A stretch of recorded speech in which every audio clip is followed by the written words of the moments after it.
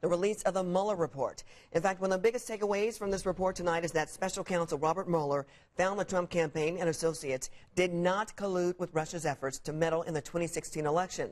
Now, that report does find that Russia tried to interfere. However, the report states the Trump campaign cannot be charged with trying to help them do so. However, Mueller went on to say that it was not clear if the president was innocent of obstructing justice. Now, we want to take a closer look at the details in this report that was 2 years in the making. Our own Scott Swan has been following this story all day long. He joins us now live here in the studio with a closer look at what the report says about President Donald Trump. Scott? Yeah, our staff has been looking through this Mueller report since it came out at around 11 o'clock this morning. I mean, look how big it is. 448 pages. And we found this one quote that really caught our attention today. Former Attorney General Jeff Sessions recounting what the president said when he learned of Robert Mueller's appointment. Now, according to Jeff Sessions, the president said, quoting here, "Oh my God, this is terrible. This is the end of my presidency. And he used an expletive there.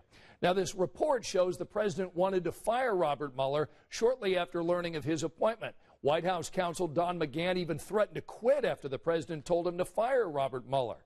This report also lists 10 potential examples of possible obstruction. There were several instances revolving around former FBI Director James Comey. Now, Mueller couldn't decide whether to charge the president with obstruction of justice because there was no underlying crime, and many of those attempts were carried out in plain view. However, Attorney General William Barr determined there was no obstruction after reading this report.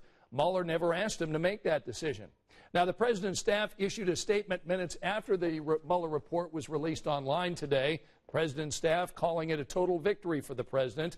Now, this report underscores what we have argued from the very beginning. There was no collusion. There was no obstruction, the report says. And here's how the president responded minutes after that report came out today. But I said in front of my friends, this should never happen to another president again. This hoax, it should never happen to another president again. Thank you. And one of the other things that you noticed as you go through this report are the redactions. We've been hearing a lot of that. So this is the black areas of the report. We're not seeing any of that. In fact, there are 1,000 redactions in this Mueller report. The chairman of the House Judiciary Committee says he'll be issuing a subpoena for the full report and the underlying materials. The chairman has also asked Robert Mueller to testify before the panel by May 23rd.